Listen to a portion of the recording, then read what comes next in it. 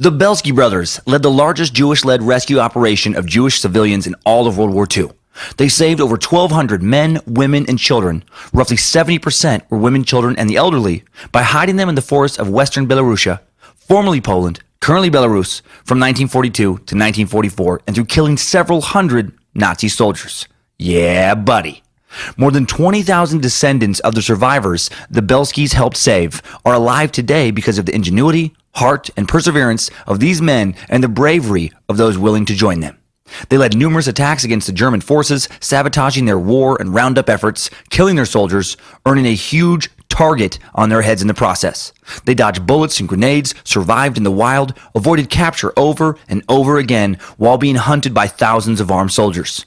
You ready for a little inspiration today? You ready to get a little angry, a little choked up, a little less of a triple M flavor to today's suck, more of a Rage Against the Machine vibe? So fuck you, I won't do what you tell me. Let's get pumped. Let's get some revolutionary blood flowing through our veins. Let's feel thankful just to be alive today. Life is what the Bielski Brothers fought for. As we deep dive them today and go on a big emotional roller coaster of a suck today on Timesuck. You're listening to Timesuck.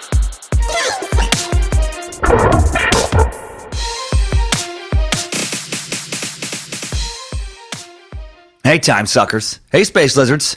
Hey, Cult of the Curious. I'm Dan Cummins, a.k.a. the Master Sucker, and you are listening to Timesuck. And today's Timesuck is brought to you by longtime friend of the Suck, Mack Weldon. Mack Weldon is a men's essentials brand that believes in smart design, premium fabrics, and simple shopping.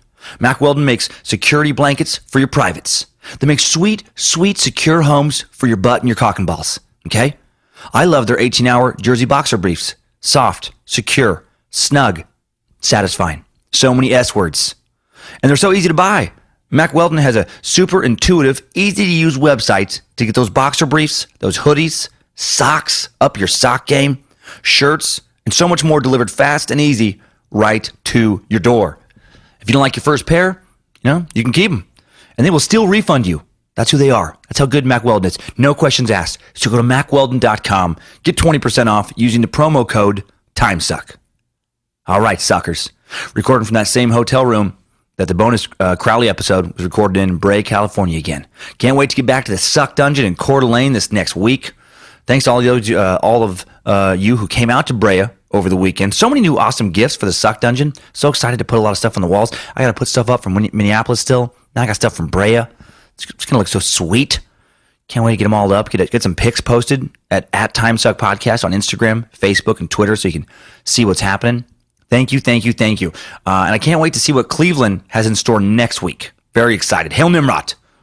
Thanks for the recent iTunes reviews. I think by the time this thing's out, it's looking like it's going to be 3,000 reviews. It was like one or two away. I just checked before I recorded. That's so amazing. God, man, that's really awesome. It really helps Timesuck stay in the charts, reach new listeners when you do that. All the reviews and ratings that you do everywhere, they help so much. So thank you for taking the time to do them. And thanks for the many 5-star ratings. They don't make me feel like it's time to rest easy, by the way. Right? Just make me hungry to earn more. Try and get better and earn more. Tour dates, where am I going to be? Well, I'm going to be at Hilarities in Cleveland, Ohio next week. Right, March 22nd through 24th. Mr. John Huck kicking the show off. He was in Brea. I love working with him. So funny. Get there, Cleveland. The Browns, man, they made some kick-ass trades this past week. Congrats on Jarvis Landry. Right, Tyrod Taylor, getting him, fucking, possible franchise QB. Sincerely hope you guys do some damage this upcoming season.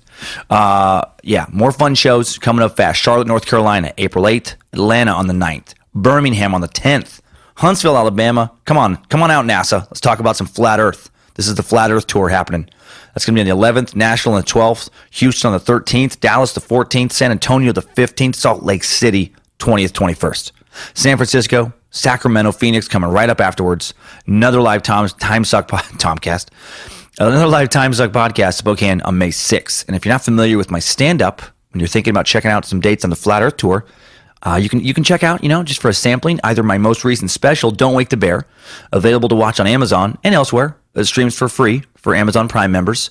Or you can listen to my most recent Pandora exclusive, just came out, Maybe I'm the Problem, that Pandora Premium listeners can listen to as a proper album by clicking a link that will be in this episode description. And people who don't even have Pandora Premium can click the same link. You hear a little quick commercial and you get to listen to the album as an album. So much content, right? Just trying to fill your fucking head all the time. More tour dates at dancummins.tv. Time now for the Bielski Brothers.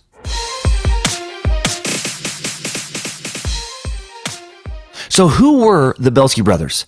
Well, they were Skippy, Lance, Gary, and Leonard, and before the war, they ran a barbershop just outside of Warsaw where they made a decent living, and also sang in a popular barbershop quartet. If not for the war, they could have been as big as the Friends of Yesterday. They were mostly known in the Jewish club scene for their rendition of that old standard Sweet Adeline. You're the flower of my heart, sweet Adeline, sweet Adeline. I almost had it. That last note was hard to hit. That's ridiculous. They did not sing in some cornball barbershop quartet. No, the brothers were Tuvia, Soil, Zeus, and Aaron Bielski. They're 4 of 12 children born to a miller, a dude who works in a grain mill, and his wife in the rural agricultural village of Stankovic near the small city of Novodgrodok. They were the only Jewish family in the small Polish village that is now part of Belarus. And they rarely left the farm as children because they were so scared of the very ugly, just monstrous-looking native people. Just Polish people living in the area, just hideous. As many of you know, Polish people are very ugly, and they're as dumb as they are unattractive. And this village had the dumbest, ugliest Polacks in all of Poland. Mirrors actually had begun to be banned in 1903 because people would scare themselves. On Halloween, there was a local tradition started back in 1915 where local trick-or-treaters would dress up as non-Polish, attractive people who could speak clearly and intelligently, since the rest of the year, they spoke like brutes and just looked like traditional Halloween monsters. And if you're a first-time listener, I hope you're still listening, and I hope you realize I'm joking. My wife, Lindsay, is half Polish, and it just amuses me greatly to needlessly and undeservedly slander her heritage. Love you, Polish bastards. Love you, skis. But seriously, the Bielskis, they grew up in Stankovic, which is tiny enough not to show up under various alternative spellings, like on Google Maps, like at all. Like it just doesn't show up. It only shows up in searches related to the Bielski brothers, and then only shows up as being referenced as the place of their birth. So while they were, the only Jewish family in this little area, I'm guessing there was also probably like 4 total families. It reminds me of places back in Idaho like Pinehurst and Rapid River, where I grew up. Pinehurst, not the town of Pinehurst in the Silver Valley near Kellogg and Wallace, Idaho. No, I lived for a little bit in the Pinehurst, about 15 miles south of Riggins. You would just tell people Riggins, and really you were, because that's where you kind of would have all your friends and do everything. But Pinehurst, the actual Pinehurst, where we lived for like 2 years, just had like a little church, a little cafe / gas station / mini store / I think VHS. It was like a little bit of everything, hybrid. Might even been the thrift shop as well. And had about 10, 15 houses. No post office, no bank, no dentist. Not many people who had ever even been to a dentist. Just that kind of place. I had several friends that lived in Rapid River, little neighborhood about 5 miles south of Riggins that had its own little store off and on as well. And again, doesn't show up on a map, doesn't show up in a search. Just a little neighborhood, only locals would know of by name. Guessing Stankovic was or is similar. Very small, few farms, as opposed to a proper town of any sort. Now, nearby Novodgrodok, or Novodgrodok, as it's now known, is an old, very well-documented little European city. Goes at least as far back as the 11th century. It was once sacked by the Mongols in 1241. And this town has, it's seen its fair share of occupiers over the years. The Swedes sacked the town in 1706, destroyed Novodgrodok Castle. Russians twice attacked and occupied the town during the Russo-Polish War that was fought from 1654 to 1667. The town has seen its fair share of empires and rulers. It was the first capital of the Grand Duchy of Lithuania in the mid-13th century. It's changed names, changed rulers, changed kingdoms, been sacked, been rebuilt. But not perhaps since the Mongols had it seen an occupier so just fucking ruthless as the Nazis. It had a thriving pre-World War II Jewish population with roughly 5,000 Jews living there in 1900, approximately 20,000 by 1940. The Nazis would kill around 10,000 Jews in this city in 1941 alone. Had a total population of roughly 30,000 today, or it has. The Nazis would occupy it for 3 years during World War II, and that would be the second time the Germans had taken it over. They also occupied it for 3 years during World War I, so it had to have been doubly painful for some of the older residents. Just when they came back, just like, God damn it. These stupid German assholes are back again. And Novodgrodok is a town that's become recently known a little bit, been mentioned in some news stories in association with President Trump, When President Trump was criticized in 2017 for not reacting quickly enough to some incidents of anti-Semitism, his son-in-law, Jared Kushner, came to the president's defense by telling the story of his own Jewish grandmother's escape from Nazi occupation in the Soviet Union. Now, Ray Kushner fled through a tunnel dug underneath the Jewish ghetto in this small town of Novogradok. And she would make it to the Bielski camp in the woods and survive the war. The president's son-in-law would not be alive today if not for the heroism of the Bielskis. Very interesting. And Russia is mentioned there because this little area, it changed hands so quickly. As we'll see here in this story, it also became, the property of Russia and stuff. It was, Polish, German, Russia, like just bouncing around. And what does the term ghetto mean? We keep saying this ghetto in today's episode's context. Well, the term ghetto originated, as far as like a Jewish ghetto, but the term ghetto originated from the name of the Jewish quarter in Venice, Italy, that shared that name. And Venetian authorities compelled the city's Jews to live in this quarter, which was established in 1516. Now, in the 16th and 17th centuries, officials ranging from local authorities to the Austrian emperor ordered the creation of ghettos for Jewish people in Frankfurt, Rome, Prague, and then other cities. So just a part of the city where Jewish people would have to live. Designated to live. Nazi occupation authorities established their first ghetto in Poland in October 1939. The largest ghetto in Poland was the Warsaw Ghetto. In Warsaw, more than 400,000 Jewish people were crowded into an area of roughly 1.3 square miles. And the story of the Warsaw Ghetto, that deserves its own suck someday. I've been fascinated with that story for years. So the Bielskis, you got this family of Jewish farmers living outside this storied city at the outbreak of World War II.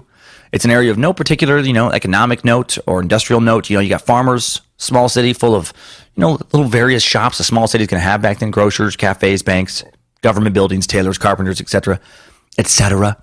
When it's not being sacked or occupied, sounds like a quiet rural place to live off the beaten path. And the main Bielski players in today's story, again, are Tuvia, Asoil, Zeus, and Aaron. Now, the oldest of the brothers, Tuvia, he was elected as the leader of their group by family members in 1942 when they would be hiding from the Nazis. He's tall, handsome, an avid reader, natural leader. Man, instills a sense of safety and confidence in those around him. He's charismatic, highly intelligent. Neighbors referred to him as the Clark Gable of the Bielskis. Prior to World War II, Tuvia had been a corporal in the Polish army, knows how to fight, and he continually take, whoever needed refuge into their camp despite the risks. He was Daniel Craig's character in the movie Defiance, if you've seen that, which of course is about the Bielskis. Second in command to Tuvia is Asoil, led many fighters into sabotage missions, which was considered the go-to guy when something was needed. He was played by British actor Jamie Bell in the movie. Quieter, more reserved than his older brothers. Had the war not been brought to his door, he would have been happy to stay on the family farm. And you got Zeus, the third oldest brother, born 4 years after Asoil, and he was the brother in charge of gathering intelligence. He was a hothead. Prior to the war, his parents had to negotiate with local authorities on several occasions to keep them from arresting Zeus for getting into fights. He was more lighthearted of the three, even seen as a bit of a playboy for the time. He apparently had his fair share of forest wives while hiding in the woods from Nazis. He's handsome, confident, bit of a pistol. Played by Lee Schreibner in Defiance, and I think they played with the ages just a slightly in that film because they flipped those brothers as far as who seemed older in the movie. And then you got Aaron Bielski, the youngest of the brothers involved in the uprising. He was just 14 when the war hit. His main job was to survive, but he would help gather intelligence. Played by the young British actor George McKay in Defiance, and all these brothers had a reputation prior to the war for being tough. Just like anti-Semitism was rife in Germany well before the war. Re-listen to last year's third bonus suck on the rise of the Third Reich for more on that. It was rife in pre-war Poland as well. And the Bielskis weren't known to put up with it, man. They frequently got into fights with other local farm kids. They were proud to be Jewish, didn't put up with local Aryan bullshit. They were able to hold their own against the locals, live their lives. But then the Nazis came and just kind of changed everything, really in 1941. Before we dig into the Bielskis' direct encounters with the Nazis, the battles they fought against them, let's talk about the kind of people these dudes would be fighting.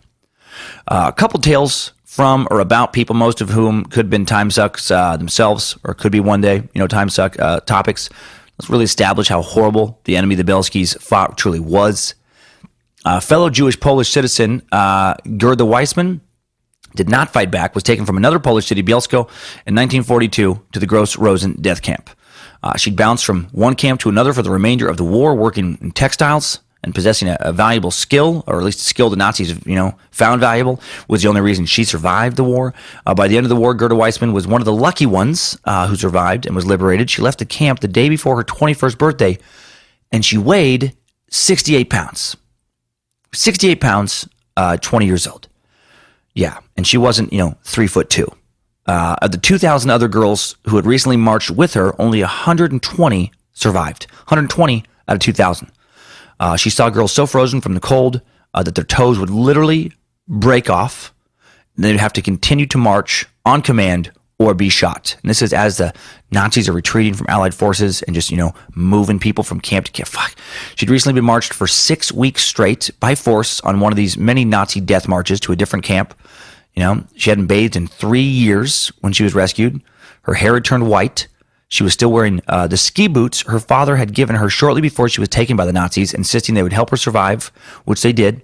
Her father was also taken by the Nazis and was killed in a concentration camp early in the war. Every family member she had would be killed by the Nazis. The U.S. soldier who held a door open for her to let her out of the last camp she was held prisoner in was U.S. Lieutenant Kurt Klein, a Jewish man who was born in Germany and immigrated to the United States to escape Nazism before the war, then fought for the U.S. Army. Both of his parents had been killed by the Nazis in Auschwitz, and Gerda fell in love with her liberator, and the two became engaged in September 1945. They would be married in 1946, and they would stay married for 56 years until his death in 2002. Gerda's autobiographical account of the Holocaust, All But My Life, 1957, was adapted for the 1995 short film When Survivor Remembers, received an Academy Award and an Emmy Award, and selected for the National Film Registry. On February 15th, 2011, Klein was presented with the Presidential Medal of Freedom, the highest civilian award in the United States. And as of this recording, she's alive and well at 93 years old. And she's one of the many, many bright lights that the Nazis assigned zero worth to, zero value to as a human being, and were just more than comfortable with sniffing out. Well, I don't know what's my word switches these days. And that's about as happy as a tale as you're going to hear about survival, in today's Suck. Despite all the death around her, Gerda at least lived. Former Nazi Oscar Groening knows of many, many others that did not live. Oscar Groening, a.k.a. the bookkeeper of Auschwitz, served in the SS at Auschwitz from 1942 until 1944, and then was brought to trial at 93 years of age in 2015. He was finally found and brought to trial in 2015. He was tried with 300,000 counts of accessory to murder, and then sentenced to 4 years in prison, which an incarceration length the court determined appropriate given his age. I don't agree. He's still alive and in prison today and is set to get out next year. I think once you're an adult, age shouldn't get you leniency for past crimes. What you did is what you did. Anyway, Oscar is one of the few Germans who has been willing to speak about his role in the Holocaust in an effort to educate deniers. Did you know, by the way, that deceased former chess wizard Bobby Fischer, man with a genius-level IQ, was a Holocaust denier, by the way? I did not know. That's insane. Well, former Nazi Oscar wants to convince these deniers of the reality of this atrocity before he dies. And we're going to be talking about Holocaust deniers a little later with our idiots of the internet. Oh my God, those people make me fucking sick. So this is like his way of making some amends. And here's some of his quotes. One of them is, I want to tell these deniers that I have seen the crematoria. I have seen the burning pits. And I want to assure you that these atrocities happened. I was there. And he says, a child who was lying there was simply pulled by the legs and chucked into a truck to be driven away. And when it screamed like a sick chicken, they bashed it against the edge of the truck so it would shut up. Jesus. An interesting pronoun choice, by the way, as well, right? All these years later, and he still refers to this child as an it. Not he, not she, it.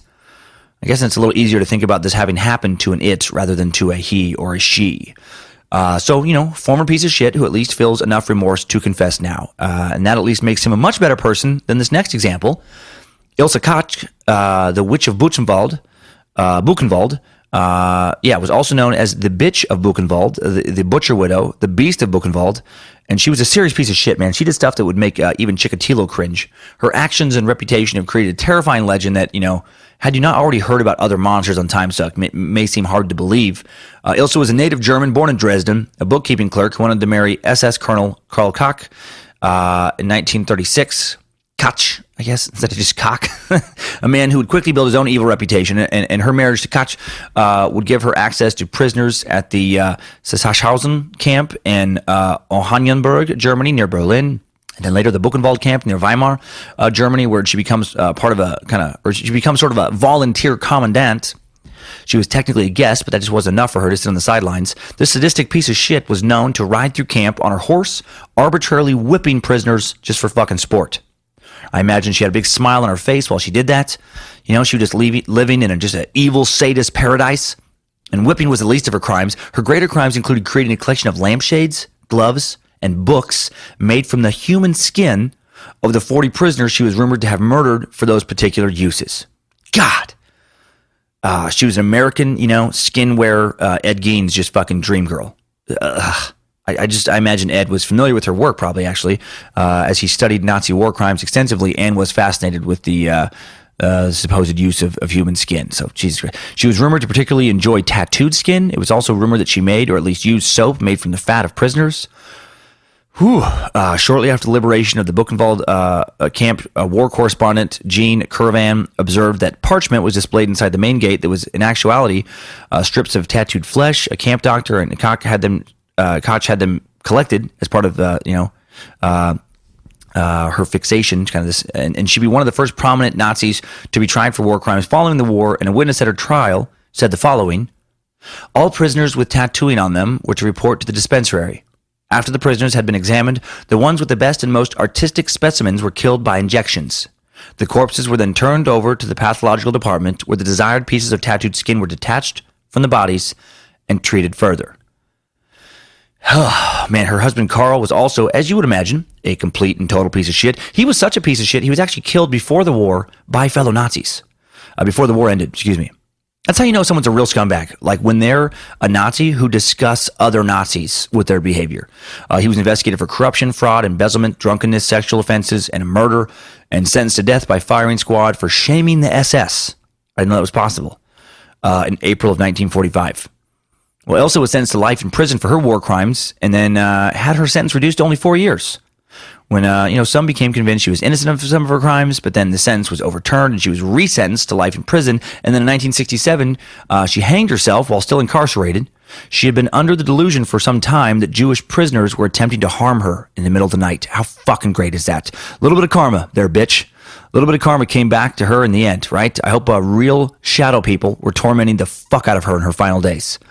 Why can't this be the end to the story of every single Nazi, to the Mengeles, to all of them, Tormented by their past crimes to the point they killed themselves once they can no longer handle the constant fear. Hard to imagine a more satisfying death for these people. Tortured by the ghost of those, you yourself tortured. Maybe Shadow Bojangles showed up, chewed on her soul a bit before she ended it all. Maybe our fearless mascot just snarled and snapped from the darkness of her mind till she couldn't take it anymore. One can hope. One can hope. And Ilsa is an important name in the Holocaust denier movement.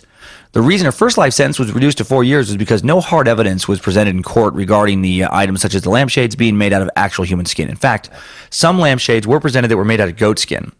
And deniers point to this as evidence, as part of the proof that the Holocaust is all made up.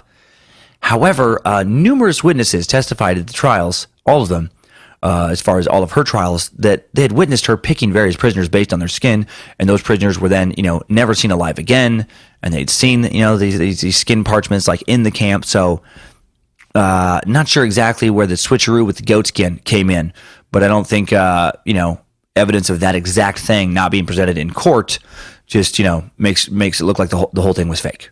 Plenty of witnesses, again, reported her being just the personification of evil. And speaking of evil personified, let's talk about the angel of death. One of the most infamous examples of a complete Nazi piece of shit is, of course, Dr. Josef Mengele, the angel of death. And he was one of approximately 30 doctors at Auschwitz during World War II at that death camp. And by the end of the war, he'd worked his way into the top position as a chief camp physician of Auschwitz through outrageous acts of cruelty.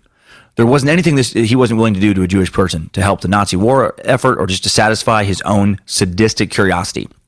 And he'll get a full suck someday for sure. As a physician, one of Mengele's required tasks was to kind of sort incoming prisoners as they arrived. This was called selection. And prisoners were sorted into two categories for the most part, those to be killed immediately and those to be used for slave labor. He was a literal, just like the face of terror. He was the face of, God in his way to all these prisoners. He would often attend selection proceedings when off duty, right? You never take time off when you're doing what you love. How fucked up is that? Clearly enjoyed the face-to-face process of deciding who got to live and who got to die. Loved playing God. For a time, he was also in charge of overseeing the use of Zyklon B gas in the gas chambers used for mass execution. And Mengele was particularly focused on the use of twins in medical experimentation.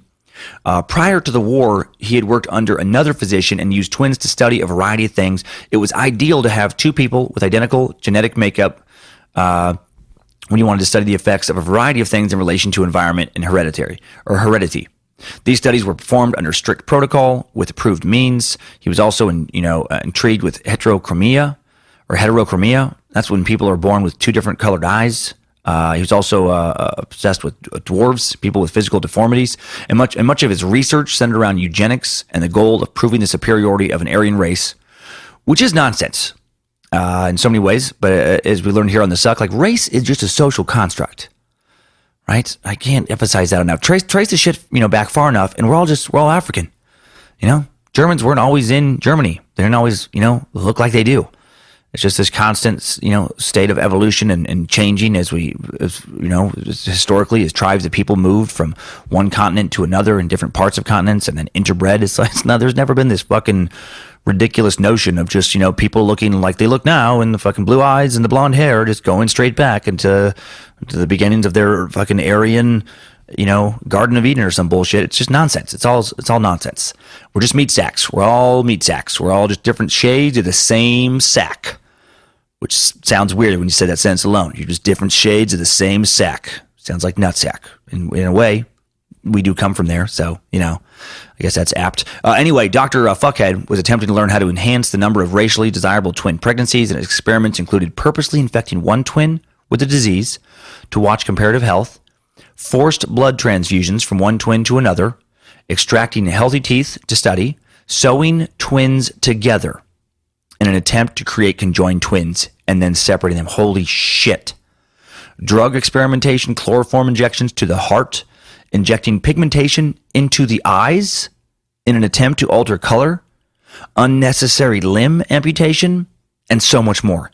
He and Imperial Japan's Dr. Shiroishi would have been besties, right? I'm surprised those two pieces of shit weren't pen pals. At the end of the war, Mengele was in U.S. custody, but was quickly released because he wasn't recognized by the soldiers who held him despite his well-documented crimes, despite his name being on a list of wanted war criminals, which sounds sloppy. Obviously a huge bummer, but to be fair, the Allies were grabbing just a shitload of war criminals. Thousands and thousands of Nazis at the end of the war, and I'm guessing, he was quite the smooth-talking, sociopathic weasel. And it's not like, they had high-res color photos of everybody back then. So he escaped. He hid out for 4 years in Bavaria, working as a farmhand before immigrating to Argentina. First, he lived there under an alias, but as time went on, eventually returned to Europe under his own name, even traveled back to Europe on vacation, securing an authentic German passport. Once Nazi hunters found him, Argentina was put under pressure for extradition. When they finally granted it, he slipped away again, this time to the German enclave of Colonias Unidas in Paraguay, where he lived to the ripe old age of 67. That's not crazy old, but, fucking way too old for him. And then died from a stroke while swimming in the coastal resort of Bertioga in 1979. Bertioga, there we go. Maybe. There are rumors that his death was faked, that he lived even longer. Fuck. Man, full suck for sure someday on that creep. Why couldn't that bastard die like Ilsa Katz, right? Why couldn't he just be tormented by fucking shadow monsters and then just be pulled into hell or some shit?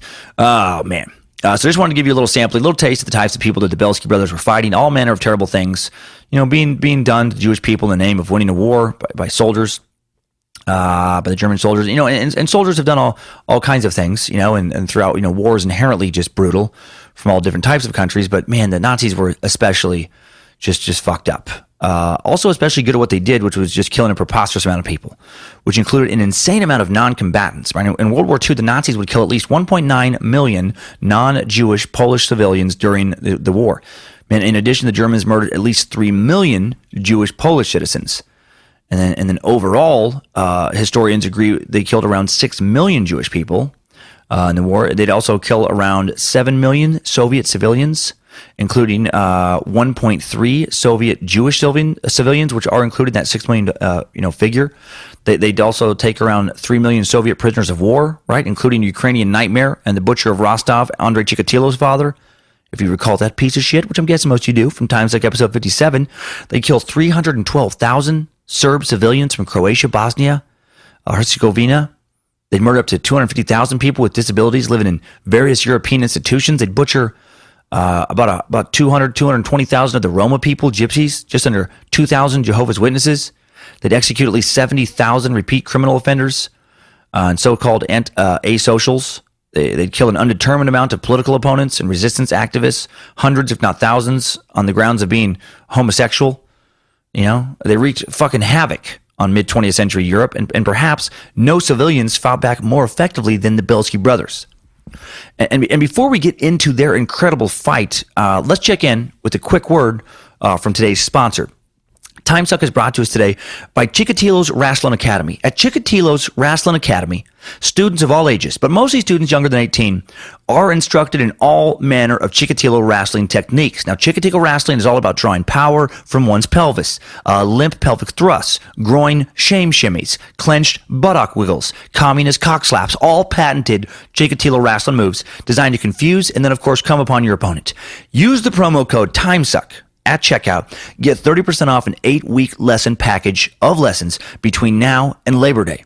You'll also get a free bottle of bottom shelf Ukrainian Desolation and Despair vodka and a limited edition pair of patented Chikatilo sweatpants crafted with extra room in the crotch for pre-match limp penis tugging. Purchase in the next 10 days and you'll also get a free, what is big deal, Chikatilo water bottle complete with a straw and capable of ever standing up straight that you have to vigorously jerk to even get a few drops of water out. So what is the big deal? Buy a Chikatilo wrestling package today. You love to wrestle. It'll be so much fun for you.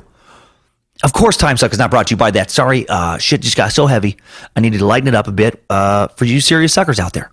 Now, if you're if you're a confused new listener wondering how that commercial could even possibly be funny, maybe check out the back catalog. Listen to a couple of Chikatilo episodes. Start with the Chikatilo and work, and hopefully it'll be funny to you by the end. Timesuck is actually brought to you by Away Travel. Away Travel offers high-quality luggage that is designed to be resilient, resourceful, and essential to the way you travel. I have an Away carry-on, and it's awesome. Away luggage is available in a variety of colors and 4 sizes, including carry-on sizes like mine, that are compliant with all major U.S. airlines and their new lithium battery policies. The Away suitcase is lightweight and made with premium German polycarbonate that's unrivaled in its strength and impact resistance. And good Germans making these suitcases, not the ones we've been talking about on today's Timesuck.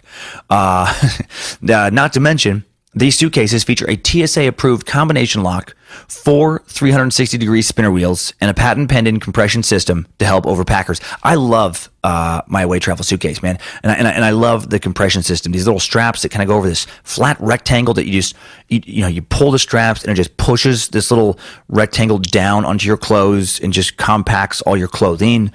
It's crazy how much more you can get into one little suitcase when you got these bad boys. Better yet, both sizes of the carry-on are able to charge anything that's powered by a USB cord. Single charge will power your iPhone 5 times, and that's true. I've tried it. I like slipping my iPhone underneath the top handle, and then I just have it plugged in, and that way, just as I'm walking to the gates, I'm wheeling my luggage to a different gate. It's just being charged. So try Away for 100 days. Vibe with it, travel with it, Instagram it. And if at any point you decide it's not for you, you just return it for a full refund. So that's pretty easy. Shipping is free within the lower 48 states. And thanks to Away's lifetime warranty, if anything breaks, they're going to fix it. So you got nothing to lose.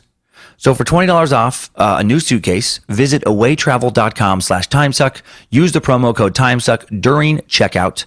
That's awaytravel.com/timesuck. Promo code TIMESUCK for $20 off your Away suitcase. All right, suckers. Sponsors and background out of the way. Let's jump into the Bielskis' incredible tale and epic fight for life in a Timesuck timeline. Strap on those boots, soldier. We're marching down a Timesuck timeline. In 1902, the first Bielski, son Chaim, is born. And then between 1906 and 1927, the 4 brothers central to today's tale are born. All to David and Bielski, who had 12 children in total, 10 sons, two daughters.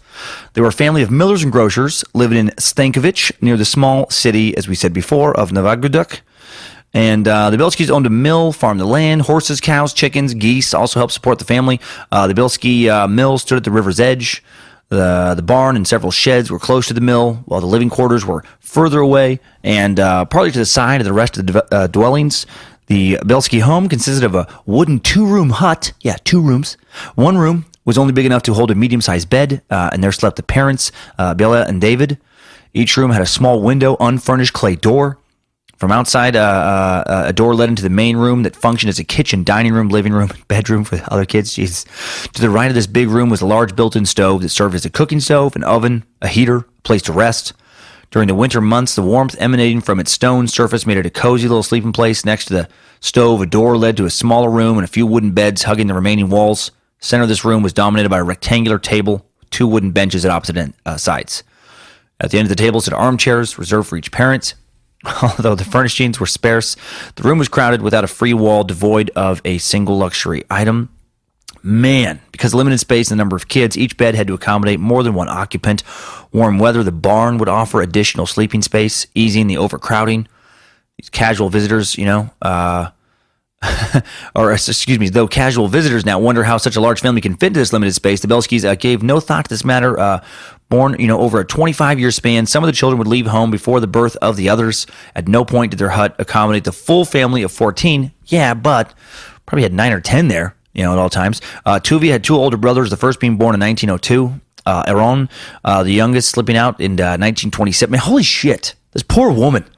Popping out babies for a quarter of a century. I feel truly terrible for her vagina. I feel like it probably could have qualified for disability just on its own by 1927. 12 kids, man, in a 2-room hut. And again, they weren't all there at the same time. But I bet at least 9 were there at the same time. And that's about fucking 6 too many.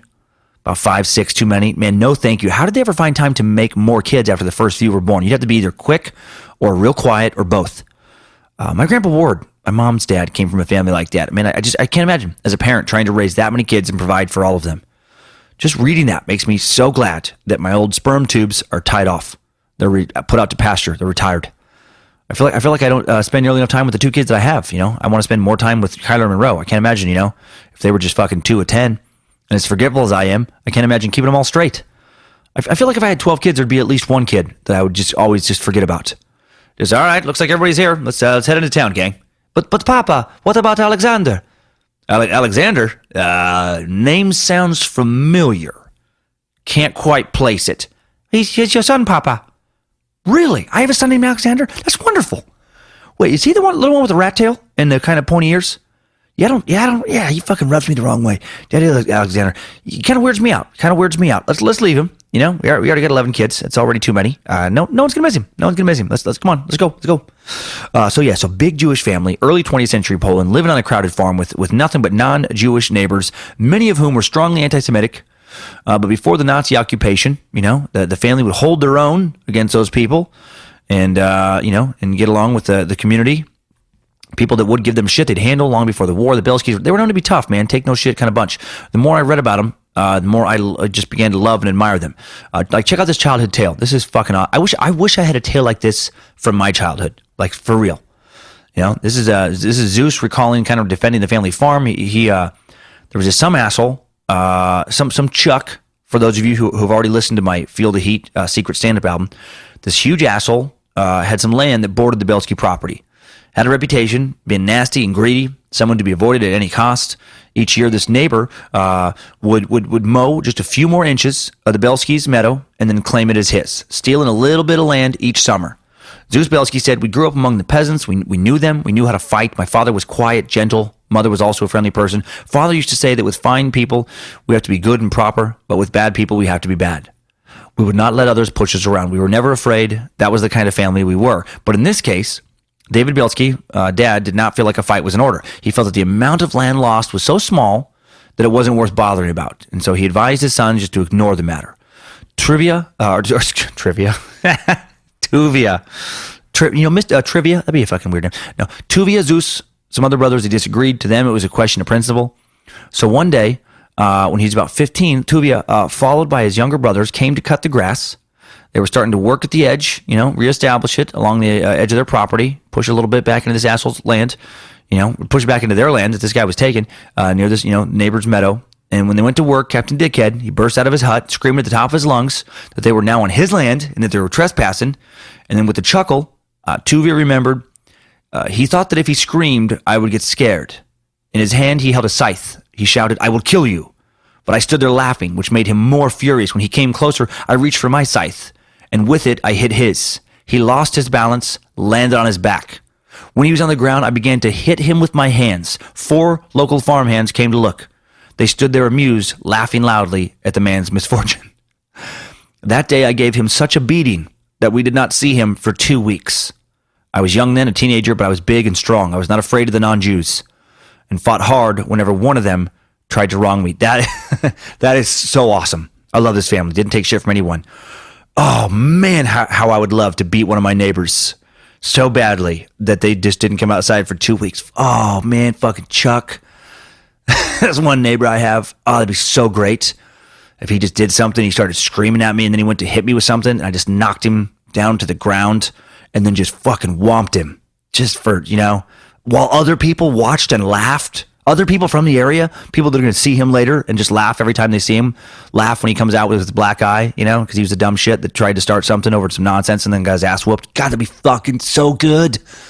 And I'm thinking about how good that would be at at 40 now. I can't imagine at 18 how good that would have felt, when you're even angrier.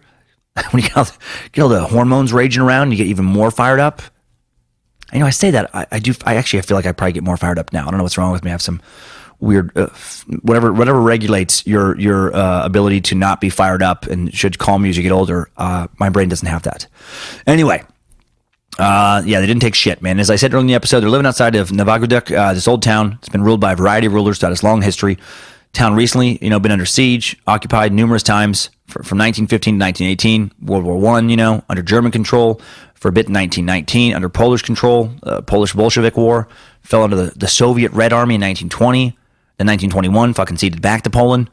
By the time World War II was in swing, 1939, it's just been battled for years anywhere, but it's not a place, you want it to be. Just constant war. It's had a well-established Jewish quarter, though. Just over 5,000 Jewish community members in the early 1900s. And then in the fall of 1939, for a brief period before the Nazis arrived, the Red Army of Russia, took over this homeland. As I just stated, with those dates, it was known as Western Belarusia. And again, today this land is known as Belarus. And while the Russians weren't as bad as the Nazis, they also weren't pro-Jew. I feel like, I don't know how much Defiance really touched on that movie. They quickly abolished, Jewish political parties, outlawed Jewish participation in various jobs and academic roles by labeling the Jewish people as politically undesirable, which, in that whole communist Stalin system, just as a way to, if you got labeled that, they were worth nothing now, and they could just kind of take your property. They could deport you. They sent some Jews and some Poles who didn't adhere to their new regime to the Siberian gulags.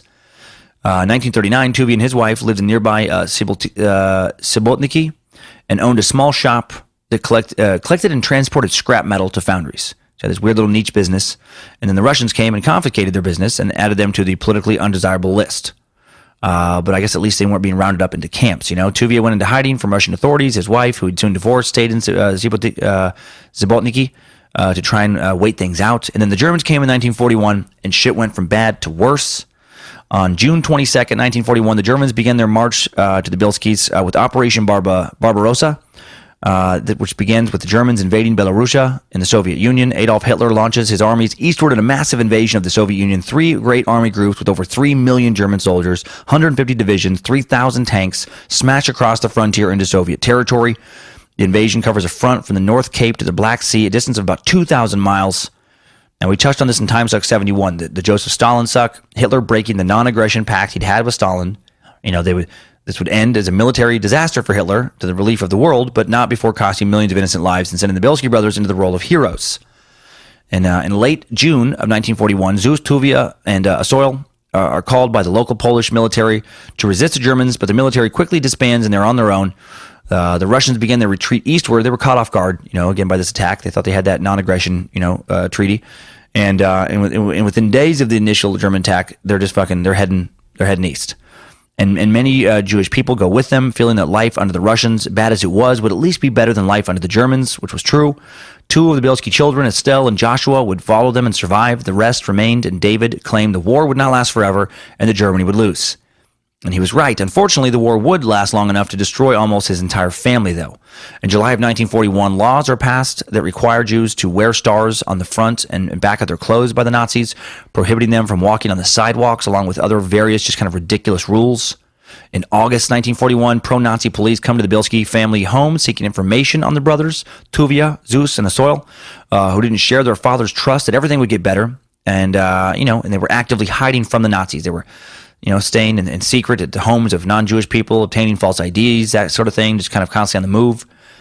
And it was easy at this time for officials to know which Jews were missing because Jews had been held under close watch, way before the Nazis got there, thanks in part to the Russians and due to a variety of just, sources before them, just census records, synagogue records, neighbors, school records, etc. And the Nazis wanted all local Jews to be identified and accounted for. And when the Bielski father, David, doesn't give them the information they want, he's beaten and his ribs are broken with a rifle. Fall of 1941, life begins to worsen rapidly in the area. The younger brothers of Tuvia, Zeus, and Asoil, named this Yaakov and Abraham, they're arrested and killed, these 2 Bielski brothers, in October because they won't give any information about their older brother's whereabouts. Jews are now going missing and being visibly killed daily. The sound of gunfire, constant. Yellow stars now have to be worn by Jewish citizens all the time. Their valuables are being forcibly taken, handed over to the Nazi soldiers. Still, the Bielski parents refuse to leave their home. Then on December 8th, 1941, Nazi officials gather over 6,000 Jews in the Novograd district and begin the selection process. Jews sent to the left have been chosen to be executed immediately. Those sent to the right will be deported to the ghettos. Now, of course, no one knows this at first. Local Jewish families not present for the selection are rounded up. When the Bielskis don't show, Nazi officers head to their home, and young Aaron is at home when the officers come. He hides behind a tree and watches in fear as his parents and 2 of his brothers are dragged from the home and forced into wagons, and they would never be seen again. A massive grave had been dug prior to the selection process, and those deemed unfit for the ghettos for whatever reason, roughly 5,000 of the 6,000 Jewish people forced into this pit before the soldiers opened fire. Witness Sonia Oshman describes the mass execution years later in a Bielski Brothers documentary, saying, "It was a big grave, very long one. They told the people to get in, and they were shooting. The people who got the bullet, they were lucky. The ones who didn't had to die, to suffocate, buried alive. The Gentile people that they lived around saw the ground was moving. It was constantly moving. It took more than a week for all of them to die." Holy fuck, Helena. You understand what she's saying there? Like, they kill these people, just put them in this pit, shoot them up, just start throwing the dirt over them, whether they're fully alive or, totally dead or not. Some of them still alive, wounded, still alive. Some of them probably not even wounded, just missed, but other people's bodies and dead bodies or wounded bodies are on top of them. And then they just throw the dirt over them, and then that's it. And there was people would see the earth just moving as people down underneath it are trying to fucking get out. Oh my God. And this is, where the Bielski parents die, in this pit of despair. And so also die Zeus's wife and infant daughter also die there. And if you're wondering, why didn't the Nazis just put all the local Jews into that pit? Why kill, 5,000 of the 6,000? Why not kill all of them? Why set up that ghetto? Well, because ghettos were assets to the German war effort. They didn't just put them in these sealed off neighborhoods and then just leave them alone. The ghettos supplied free labor and the production of various goods for the Nazis that would be helpful in the war effort. The policy was called rescue by labor. For a time before the late stages of the war, when a higher and higher percentage of Jews would be killed just for being Jewish, regardless of ability, certain Jewish community leaders were able to convince Nazi leaders to allow them to live so they could help, to kind of prove their value. What a fucked up position to be in. Life in the ghettos wasn't much better than death. Once families entered through the gates, there was no plan for organization for living. There was, 5 or 6 families would end up just sharing a small space. Some families would be split up. Comfort was nowhere. Food could be very scarce. If someone attempted to talk to someone outside the ghetto or to try to get them food from the other side, they were just shot. Despite this, the peasants often came to the border to trade food for gold and valuables that had been smuggled into the ghetto by Jewish prisoners. It was a small risk for them. They just get a little bit of trouble, but very large risk for the Jewish person. They'd be killed if they were seen. But the risk of trading, their gold for some bread was worth it. Man, Jesus, I mean, so they would just fucking wall these people off in these portions of the city, and then just kind of like, well, good luck. We don't fucking, if you make us a bunch of shit, we're gonna kill you. And they'd be like, we don't really have food in here. Not my problem. Not my problem. You figure out how to survive. We're not gonna help you at all, and give us stuff or we'll kill you. It's fucking terrible.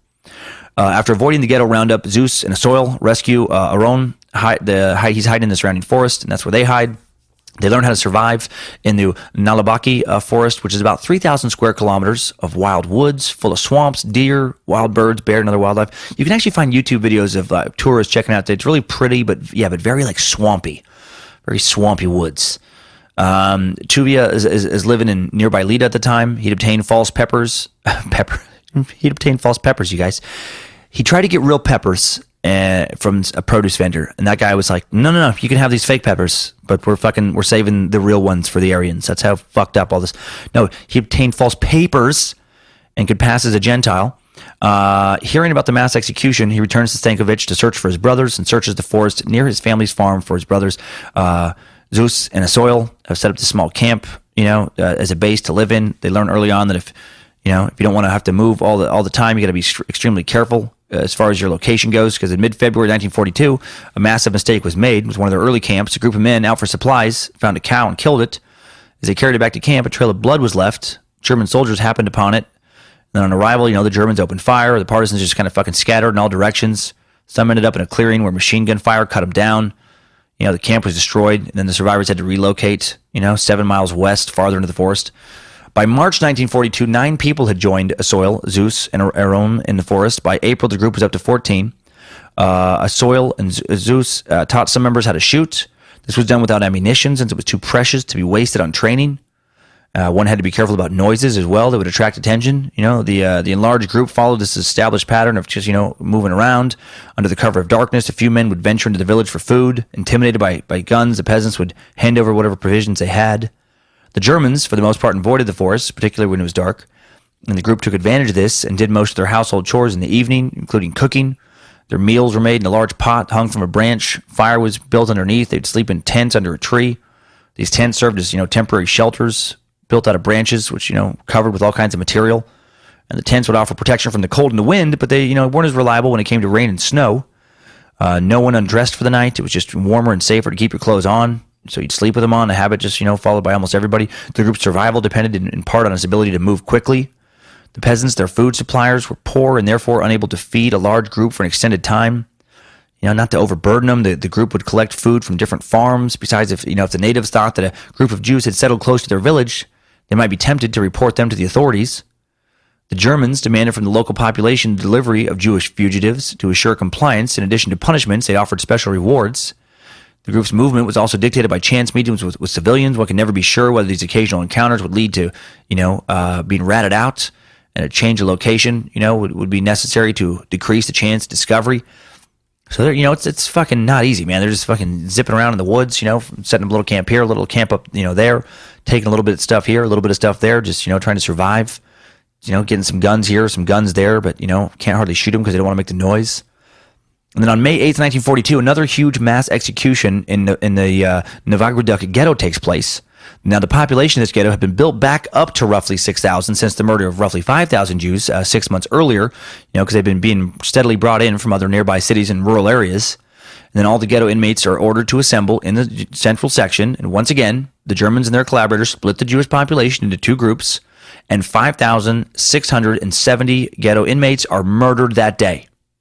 Fuck, man. Second mass execution. Only roughly 250 are left. This time, after this happens, the remaining prisoners decide they have no option left but to begin to kind of risk escaping. And they begin the dangerous task of digging a tunnel out using spoons, forks, and their hands. They would dig a tunnel 600 feet that way underground and later be able to exit from it, in this kind of single file fashion and just make a fucking run for it. In mid-May 1942, Tuvia, his new wife Sonia, 4 members of Sonia's family catch up with Asoil, Zeus, Aron in the forest, and the group, slowly increasing in size, now continues to wander from place to place. They're a group of more than 20. Tuvia is chosen to be their leader. Primary objective is clear: to rescue and save as many Jews as possible.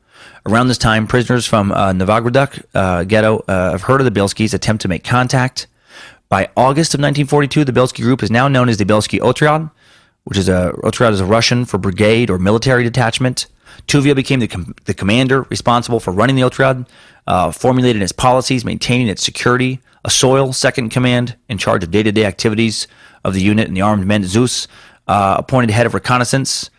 He would collect information affecting the group's experience and safety. His job required familiarity with the area and the local population.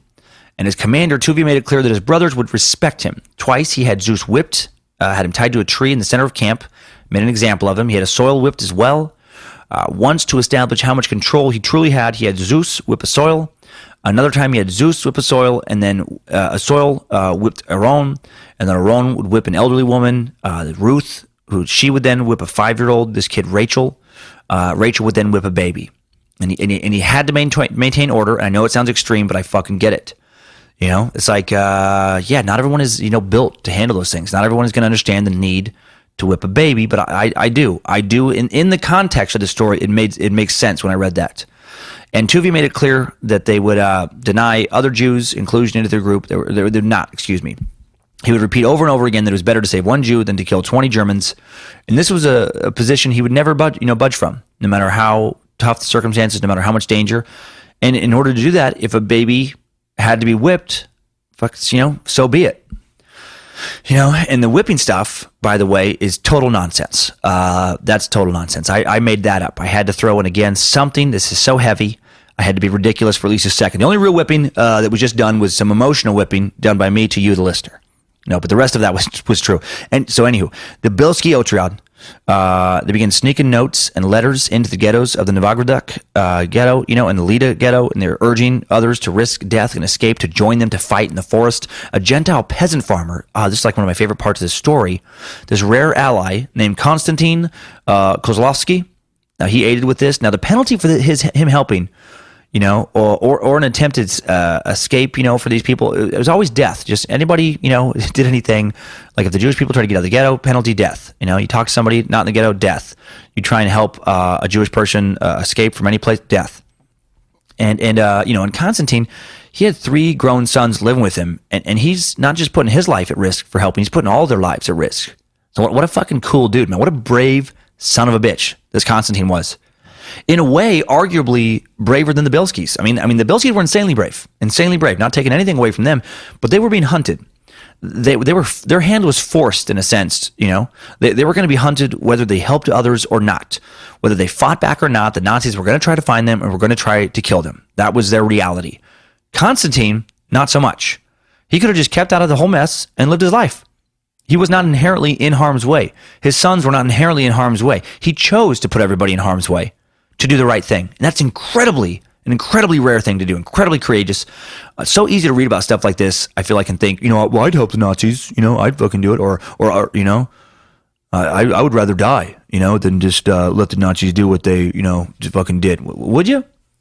Would you do that? And what if you knew that not only would you die, but your kids would be killed if you didn't play ball? Well, what if, what if you'd be raped, or your wife would be raped if you didn't follow orders?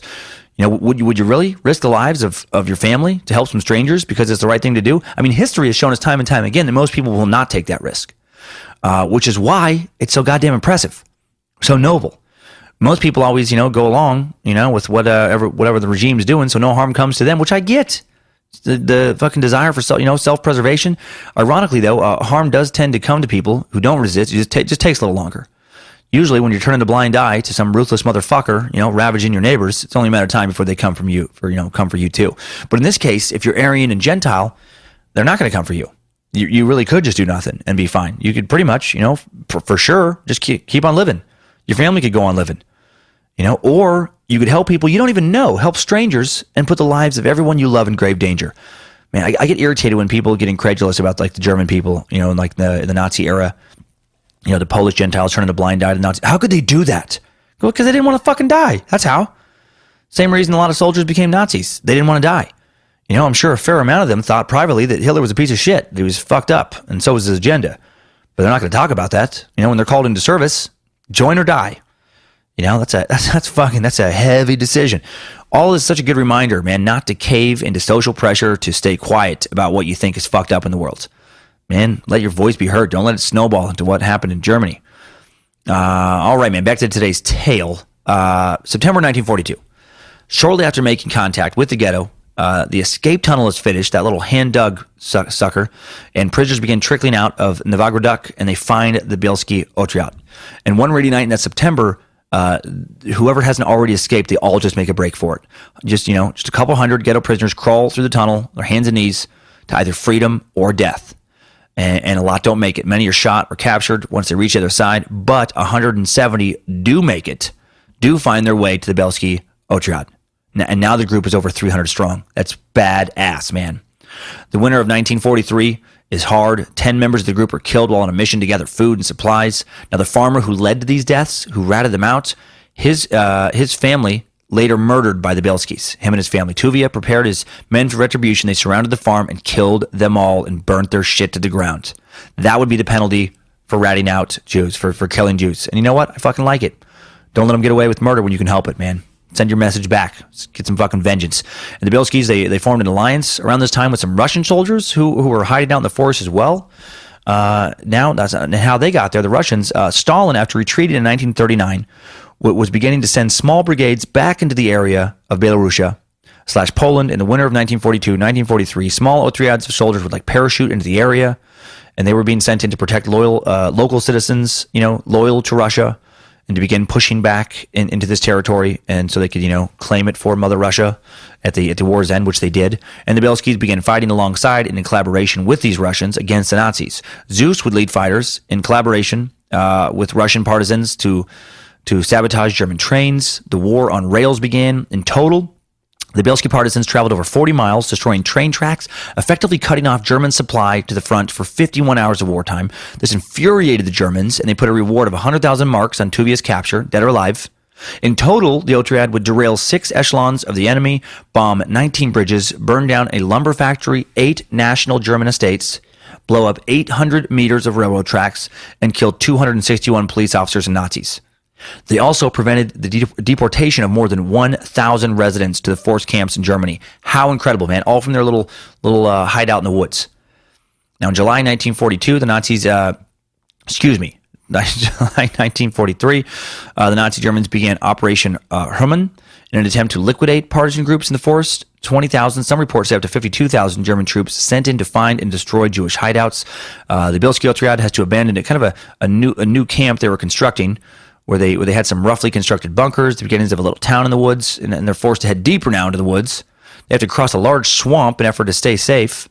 And again, I saw some of these swamps on these videos, man. They were no joke. It's not like a bayou alligator swamp, but it's a fucking nasty-ass swamp in a much colder place, just murky water and mud. During the crossing, children were carried on shoulders. Water was often waist or shoulder deep, and bullets are heard. People in need of rest are tied to trees, to keep them from drowning. Jesus, mud is, swallowing their tired legs, but somehow no one dies, and they all make it across. Man, just pushing people on fucking wood, oh my God, carrying people. Eventually the Germans, tracking them, just give up. They're just sick of the swamp. The Bielski partisan group is now 75 miles west of Minsk, deep into the Nalibaki forest, and they begin to build their first permanent base for the now over 800 members of their crew. After years of constant movement, they began to construct what they call their Jerusalem in the woods. This place is amazing. By the fall of 1943, with their numbers reaching over 800, they really get this place going, and the camp becomes pretty damn impressive. They had carved out underground dugouts, cut down timber to reinforce the tops of these kind of bunkers. In addition, several utility structures are built. There's a big kitchen built, a mill. That's awesome, man. A mill, a bakery, a bathhouse, a medical clinic for the sick and the wounded, a quarantine hut for those who suffered from infectious diseases such as typhus. Herds of cows are now supplying milk. Artisans are making goods, carrying out repairs, providing the combatants with logistical support that would later serve the Soviet, units helping them as well. More than 125 workers toiling in the workshops, which become famous among partisans, far beyond the Bielski base. Tailors patch up old clothing, stitch together new garments. Shoemakers are fixing old and making, new footwear. Unbelievable. Leather workers are laboring on belts, and saddles. Metalworking shop is established by Schmel Oppenheim, repairing damaged weapons and constructing new ones from spare parts. A tannery is, constructing hides for cobblers and leather workers. And it also becomes a de facto synagogue because several of the tanners are devout Hasidic Jews. Carpenters, hat makers, barbers, watchmakers, all serving their community, and and the guests. The camps are, Many children are attending classes in the dugout set up as a school. The camp even has its own jail and court of law. They had plays in the evening for entertainment. It begins to feel more like a real life, not just survival. They built a whole secret town in the middle of Nazi territory, a fucking town with over 1,000 people. Holy shit, is that impressive to me? And kind of most impressive is that someone somehow was able to sneak in a few wartime issues of the popular American comic book Pootie and Juju to kind of help boost morale. Now, the most popular issue in the camp was issue 36, Rabbi Pootie and Dr. Juju, and where the two go undercover. Pootie dressed as a Hasidic Jew, Hasidic rabbi, and Juju as a Jewish doctor, and they make their way to Nazi Germany, where they're then taken to a concentration camp where once inside, they shed their costumes, and the Nazis soon realize these are not two Jewish men. They're actually two non-gender specific, not human cartoon characters who cannot be killed. The Nazis shoot them, and the bullets just kind of turn their little bodies, their cartoon bodies into Swiss cheese, but then they just kind of rebuild themselves in the next frame and just yell stuff like, "Too little, too diddle, Nazis, and put it in your lunchbox, Hitler." And the Nazis throw grenades on them and just shrug, they just kind of shrug, little Pootie and Juju like, meh. And then, next frame, they're back together, unharmed. And then, then they free all their Jewish captives. They put all the Nazis in a gas chamber and they high five as they kill all those sons of bitches, screaming, "Park it in the shed." And then they lead their free Jewish prisoners to camp after camp, kicking Nazi ass all across Europe. Gotta love some Pootie and Juju. Now, if you're confused, new listener, don't be. It's just Pootie and Juju. Just Pootie and Juju. Just Pootie and Juju. Too little, too little, Pootie. Just a silly little cartoon that exists only within the Timesuck universe. In all seriousness, note that they built themselves an entire functioning village in the forest, which is just, again, amazing to me. To be able to do that, secretly do that. February of 1944, the Russians seek help again. They ask for a clearing to be made as a landing strip for Russian supply planes, man. With this advancement made, news begins to reach the group, from Russia. They learned that the Germans had surrendered to the Red Army in Stalingrad. The Russians were pushing the Nazis out of their territory. Hope begins to spread, man. Any day now could be their liberation. And then July 9th, 1944, a group of Nazi soldiers retreating from the front line accidentally stumbles into their town, and these Nazis open fire, throw grenades. 9 of the people living there, the partisans at the Bielski Otriad, they die in the battle. But then the Bielski Otriad mows the rest of those fuckers down. They actually get a hold of 4 retreating Nazis. They capture them and then literally beat them to death. They're beaten to death by the camp. Various men and women in the camp just beating them, screaming, hitting them, spitting on them, crying as these German soldiers are begging for mercy, and they give them none. They yell, this is for their mothers, their sisters, their brothers, their fathers. Holy shit. I cannot imagine how cathartic that must have been. I mean, these Nazis really wandered into the wrong part of the woods for them, And then the next day, the war is over. They awoke to a Russian caravan announcing that they were free and that they could go home. Unbelievable. They fucking made it. And then on July 10th, 1944, the Bielski Brothers lead their unit of 1,236 Jewish survivors out of the forest and back into the world. And that miraculous accomplishment takes us out of this Timesuck timeline. Good job, soldier. You made it back. Barely.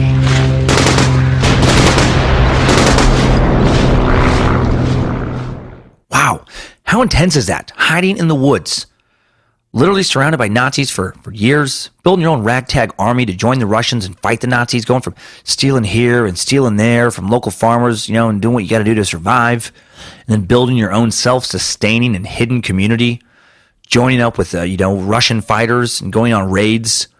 And this is just a brief overview of the many incredible and or terrible stories involving the Holocaust and the Nazis' attempted total destruction of the Jewish people. And yet, many do not believe that the Holocaust ever happened, despite all these stories being out there. Many people don't believe the Holocaust ever happened. People who I'm guessing are likely to also believe that the earth is flat. Dumb shits. Idiots of the internet. Idiots of the internet. Okay, today a video about Holocaust deniers just felt appropriate for today's Suck, so I just went onto YouTube and I searched Holocaust deniers, and I find this recent video. This is from a CNN interview posted by CNN on February 8th, 2018, so recently, where Arthur Jones is interviewed, a man/vile, ignorant piece of shit who's running for a U.S. Republican congressional seat in Illinois, even though the Republican Party, to their credit, urging their members not to vote for him. That's when you might want to rethink your policies. When your own party is like, fuck that guy. Do not. He is not with us. He's running unopposed for the party's 3rd congressional district nomination on March 20th. He's also a former leader of the American Nazi Party, and he was convicted of both bestiality and pedophilia in 2006. No, he wasn't. He wasn't convicted of bestiality or pedophilia. I just hate the guy so much I wanted to add those things. He was a former Nazi Party leader, though. Just back on February 29th, 2012, he was quoted as saying, "The Holocaust is nothing more than an international extortion racket by the Jews. It's the blackest lie in history." And to make this idiotic statement even more idiotic, this guy isn't 30 years old. He's 70. He was born in 1948. He grew up in the years directly following the Holocaust, when hundreds of thousands of survivors still alive, telling their stories, revealing their concentration camp tattoos, Nazi war crimes or war criminals are being put on trial. The trials are broadcast. They're in the papers. This is all going on when he's a young man. He especially should know better. He's a gigantic piece of shit wackadoodle. He has a website, artjonesforcongressman.com, where he talks about his policies. The first 4 listed, like the very first 4 policies are listed. 1, bring our troops home now to defend our borders. 2, no more sanctuary cities. 3, no amnesty for illegal aliens. 4, make English the official language. Man, you put all those together and they really paint quite a picture, don't they? Just, I don't want Americans living in non-white countries or fighting non-white wars. I don't want non-whites coming into our countries, and I want as many non-whites as possible thrown the fuck out of this country. And I don't want to hear any more non-white mumbo-jumbo when I'm in an Uber or buying a taco or getting my lawn mowed. So make the right vote. Make the white vote on March 20th. Yeah. February 8th, man, he spoke with CNN's Alison Camerota about his Holocaust stance. They feature a recent speech where you can watch him speak. And if I was recording in the dungeon, I'd play you his audio. Instead, I'll just quote it. He says, or more accurately screams, he's like doing this little fucking pep rally, and the white majority are fed up with all this lying, cheating, thieving, warmongering, child molesting, political pimps and whores of this corrupt and decadent 2-party, Jew party, queer party system. Now, I would have really screamed that as well for emphasis, but again, I'm recording in a hotel room. I'm white. I have a tattoo of Idaho on my left forearm, and it doesn't paint a good picture for me to yell all that stuff and then walk out of my room. And I would hate to disturb somebody greatly and have them think I was just a raging white supremacist doing my own recording in my room. And then he's interviewed. He's interviewed on CNN, and he looks completely fucking insane. He looks exactly like the kind of guy you would imagine saying the kind of things I just let you know he said. He looks, and I'm not kidding, like Emperor Palpatine from Return of the Jedi. He looks like the evil emperor from Star Wars. Like he's just been evil and preposterously hateful for so long that it's just like it's made it into his face, right? At one point in the interview, Allison reminds him that he denies the Holocaust, and he gets pissed and doubles down on it. He's like, yes, I deny the Holocaust. It's an extortion racket, pure and simple. If you did any honest investigation into the Holocaust, you'd realize it's nothing more than an international extortion racket run by the Jews to bleed, blackmail, extort, and terrorize their enemy. He has all these pre-programmed little fucking speeches in his head. You can tell that like he's like an angry doll of some kind, where it's like you get 10 phrases, like you pull the string, and then he's like, the Jews are taking all the money. And then you pull the string again. He's like, they're trying to bleed the international banking market. You pull him again. We have to get everybody out of our country. Just like the fucking, he's a little hate doll. And he's committed to his agenda. You can tell he believes it completely, and that's scary. What's scary, though, is how many other fucking dumb fucks on the interweb believe and support him. This is the kind of shit we have to keep fighting. This is why this segment stays in this podcast, man. Being open-minded is great. Hearing other people's opinions are wonderful. But when those opinions are just aggressively racist and vile and disgusting and based on nothing but just ignorant, hateful rhetoric and lies, we got to shut that shit down. Fuck those idiots. Right? To act like what they say is okay or valid is just to tacitly support them. Fuck them. Piece of shit. Black for 88 is the username. Posts. Wonder when they are going to disable the comments. We all know they can't have this many comments from people agreeing with a Nazi, as that in quotes, speaking some undeniable truth. Right, numbnuts, because suppressing the truth is part of the liberal media agenda. Right? I'm so sick of that phrase and that attitude. Like when any statement is made by any media person that doesn't fit with what somebody believes, okay, all right, part of the fucking liberal media agenda. Shut the fuck up. Right? The media agenda is just about selling fear, and it has been for a long time, and it probably will be for a long time. It's just, there's no group of fucking secret liberals being like, we got to get more gay stuff on there. We got to get more Jew stuff on there. Ugh. No, it's just about making money. Same as the rest of the world. Everything's always about making money at that level, right? They just sell you fear. They sell fear, right, to work you up, to get you to keep watching their show. Because the more you watch, the more fucking money they can get for ads. You know, it's a very simple, equation. They don't give a fuck about catering to a Jewish propaganda, unless, that was A, a thing, and B, it made them a lot of money. Nah, man. And then user DatDo posts, to find out who rules over you, find who you are not allowed to criticize. Now, I thought that quote was from Voltaire. And I'm going to be honest, full disclosure, I thought that was a really cool quote the first time I heard it, which is just very recently, just a couple of days ago in the Tinfoil Hat podcast. We all thought it was a Voltaire quote, because that's what it says in a lot of places online. Do a little bit of digging. Nope. It's from Kevin Alfred Strom, another Holocaust denier and a white nationalist. And he's talking about the Jewish conspiracy specifically, which sucks. The suspected source of that quote is from Strom's 1993 essay, All America Must Know the Terror That Is Upon Us, which sounds like one of David Icke's book titles.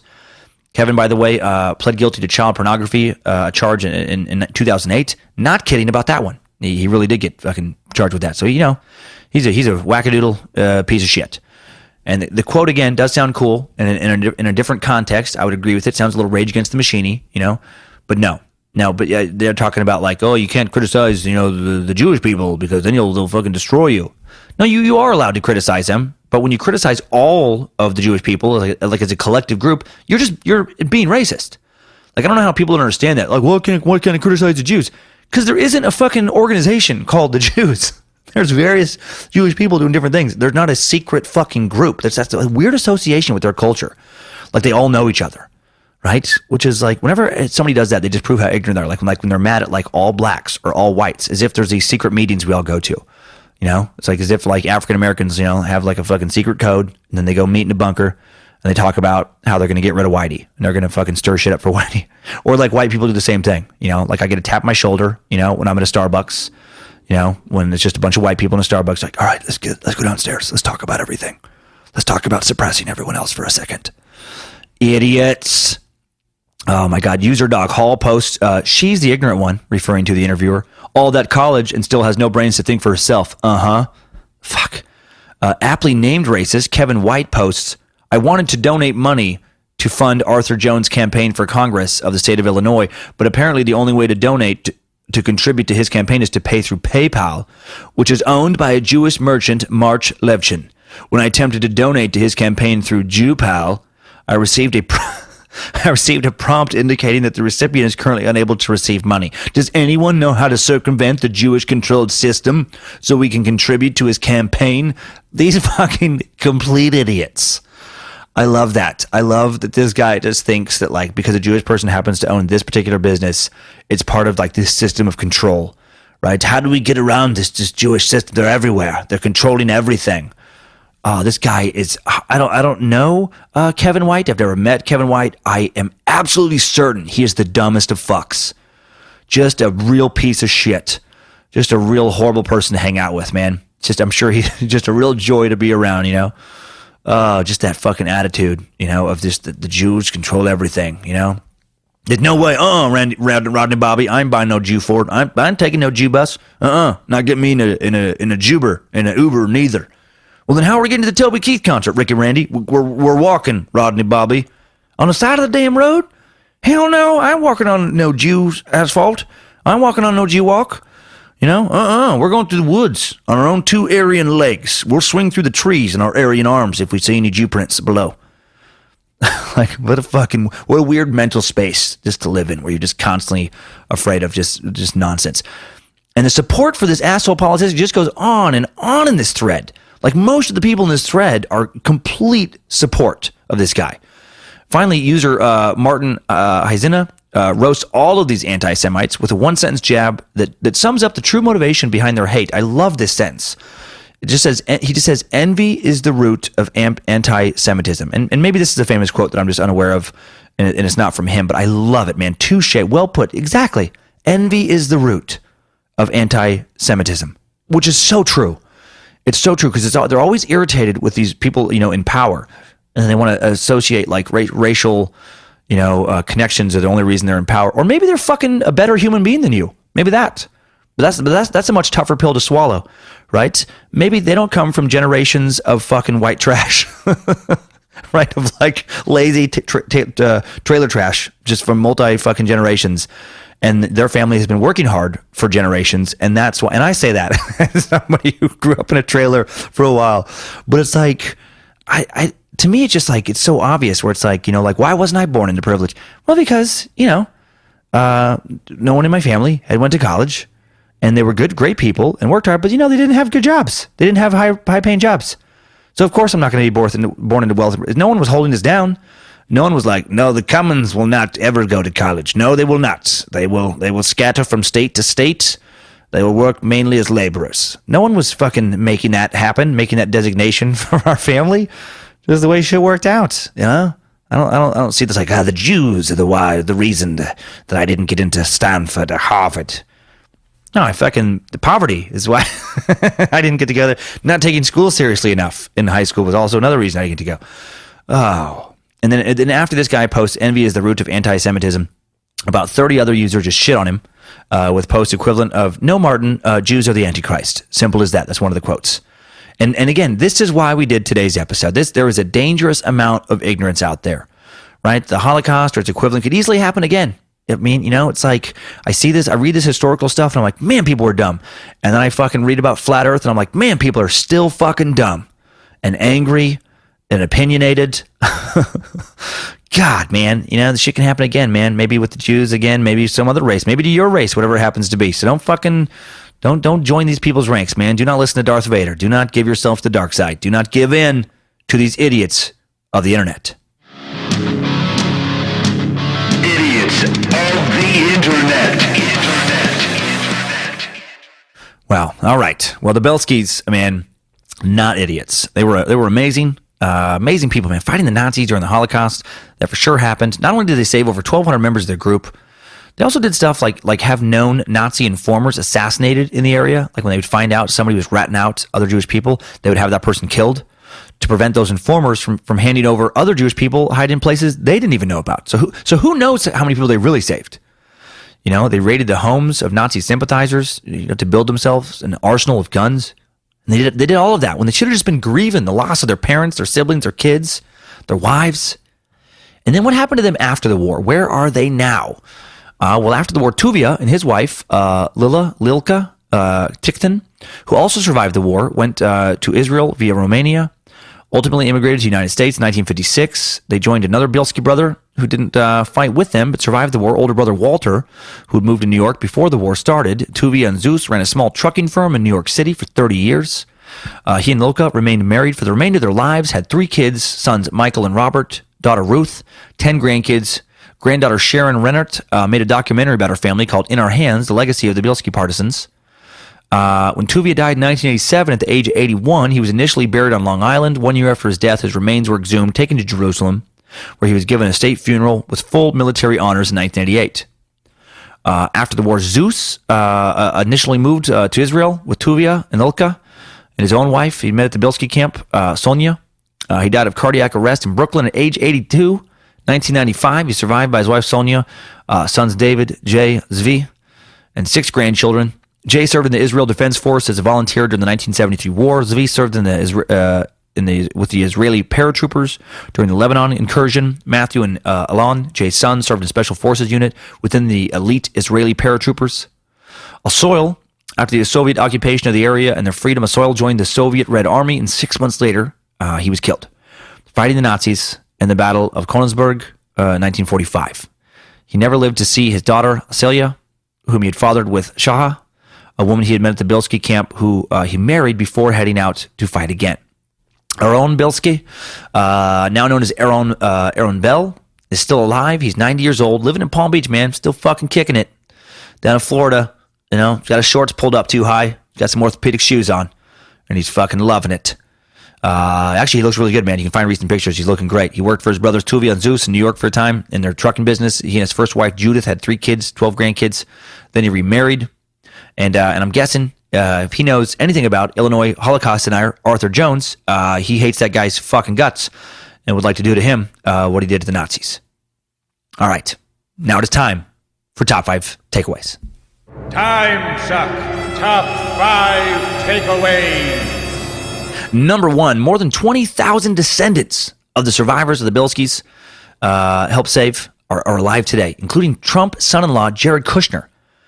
That's so interesting for me to think about. Like, he and Ivanka's 3 kids, President Trump's grandkids, wouldn't be here without the Bielskis. That's just weird for me to like really picture it, where it's like, years ago I would watch The Apprentice here and there, and I was always kind of impressed by Ivanka and her composure and everything on that show.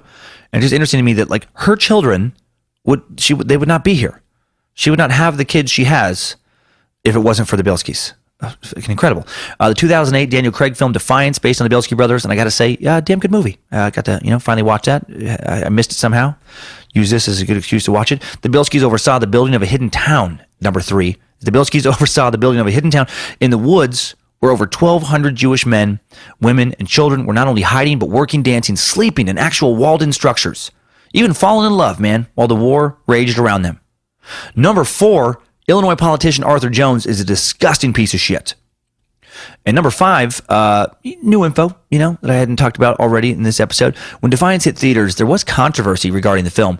It was regarding the portrayal of the Bielski detachment because there were accusations by some in Eastern Europe that they were involved in a massacre of Polish anti-Nazi resistant fighters by pro-Soviet partisans at the Nalaboki Forest in eastern Poland on May 8th, 1943. Where I think it was about 150 people were killed, and they were, including some kids. And they claimed that the Bielskis were involved because they were stationed 37 miles away from the area at the time. Some felt that they killed not only Nazis but some of their fellow Polish citizens, and they should have been brought up on war crimes. However, historians feel that they were either not involved, or if they were there, that they were not able to stop the larger Russian force from killing these other freedom fighters. And they were never charged for anything. I just think this was worth mentioning because it does come up if you research them, and if you see one of those headlines, I just want you to know that I was aware of it.